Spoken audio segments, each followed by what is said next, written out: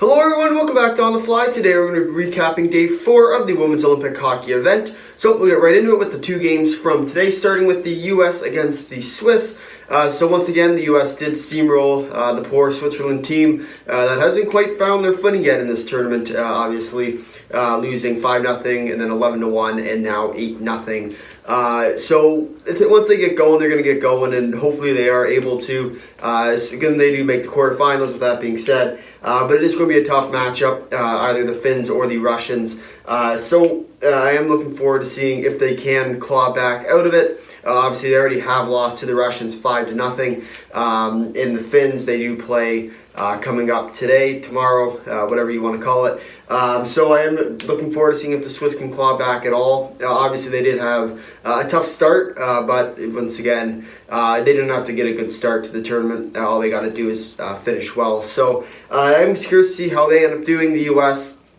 Will be the U.S. They're going to steamroll teams. It's what they're known for. So they won't really have any matchup until they play Canada, and that will be their last game coming on the Monday or the Tuesday, depending on where you originate from. So taking a look at the second game, the more exciting game was, in another upset, was the Chinese beating the Japanese in a shootout, 2-1. So with this game, another one of those games where I didn't see it coming, nobody saw it coming, but the Chinese did find a way to win again and again. It's twice now that they've sort of won, defying expectations. Before it was against Denmark, now it is against Team Japan, and they didn't really fluster at all. They controlled the game for most of it, and they did score the one goal they needed. Obviously, with most teams, they're going to have to score more than one goal, which is sort of their issue. They don't have a lot of primary scoring, but they are going to dominate the game at the end of the day. And Japan just sort of got rolled by them, not having much possession at all throughout the entire game, and overall really just sort of sat back and let the Chinese control them. And it was a good game from the Chinese, especially winning in a shootout. Went miss, miss, miss, miss, miss, miss, miss, goal, miss. So that was the shootout combination, with the Chinese scoring the one and only goal they needed. But their goalie is really good, and so is the Japanese, and that's sort of where they are as sort of a country as right now in terms of their hockey. They're not going to necessarily surpass some of these bigger countries like Canada and the U.S., but if they can win the group, that's great for the game of hockey inside their country. I am looking forward to seeing if the Chinese can make the quarterfinals, play either Canada or the U.S. in the end. And I think it is going to be quite the matchup if they do, because they haven't really seen that kind of talent before in the Canada and the U.S. But I think, especially if they can latch on to that third spot, they are going to get to see what they're really made of, especially for the game. And I think it's going to be really good for the country to sort of see where they are on the world stage. Obviously, they haven't been in competition ever in terms of that group Division 1 sort of hockey. They've been in Division 3, Division 2 women's hockey, but nothing really to the level of playing a team with the historic level of Canada and the U.S. But I look forward to seeing where China does end up in this sort of quarterfinal matchup. If they can clinch, I think it is going to be huge for the game of hockey in China. But with that being said, we'll take a look at the standings for day 4. So USA leading the pack with 9 points, 3 regulation wins. Canada with the 2 regulation wins, and they are looking to jump to that first spot and then play the U.S. for the top spot, which is normally what happens in these tournaments. It's just sort of a given that at the end of the day, it's going to be Canada versus U.S.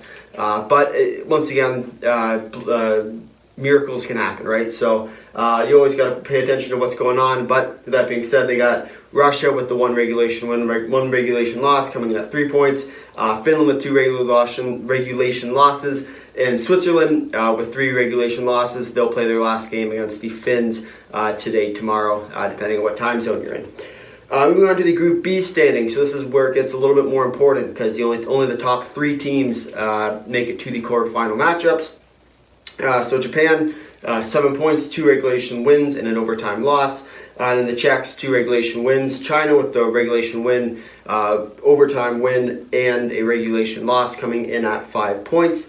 And then Denmark and Sweden both with 2 regulation losses, coming in at 0. They're going to need a major turnaround really quick because they are starting to run out of time. Denmark, especially, I think, is on sort of the outs right now. But overall, I think it is important to note that the only team they can really catch is going to be China. The Czechs are going to pull away here, especially because they have a little bit easier of a schedule. They are going to play Denmark, so Denmark, unfortunately, is probably going to be eliminated. They need points in this game, and the Czechs and the Danes don't really line up evenly. And at the end of the day, Sweden, in my opinion, is the only team that actually has a shot to catch China, but it's going to be tough sledding for them. Taking a look at tomorrow or today's games, we got Russia and Canada coming up at 11:10 p.m. Eastern Standard Time. Czechs and the Danes 3:40 Eastern Standard Time. Sweden and China at 8:10 a.m. Eastern Standard Time. And finally, Switzerland and Finland coming up at 8:10 Eastern Standard Time. So once again, it's another one of these days where lots of hockey going on. The big games are in Group B, and there's also a big game going on in Group A, in my opinion at least, with Switzerland and Finland. Two teams that haven't got off to the start they're looking for, and it is going to be sort of a sign for the Swiss that they are going to be able to come back in this tournament at all, show any pushback, because Finland is basically the third team in the women's hockey event. That's how it is. It's always Canada, US 1 and 2, and then the third team is usually Finland, fourth team Russia, and fifth team Switzerland. So it is going to be very curious to see what goes on there. And then the other two games for the Czechs and the Danes, and then Sweden and China.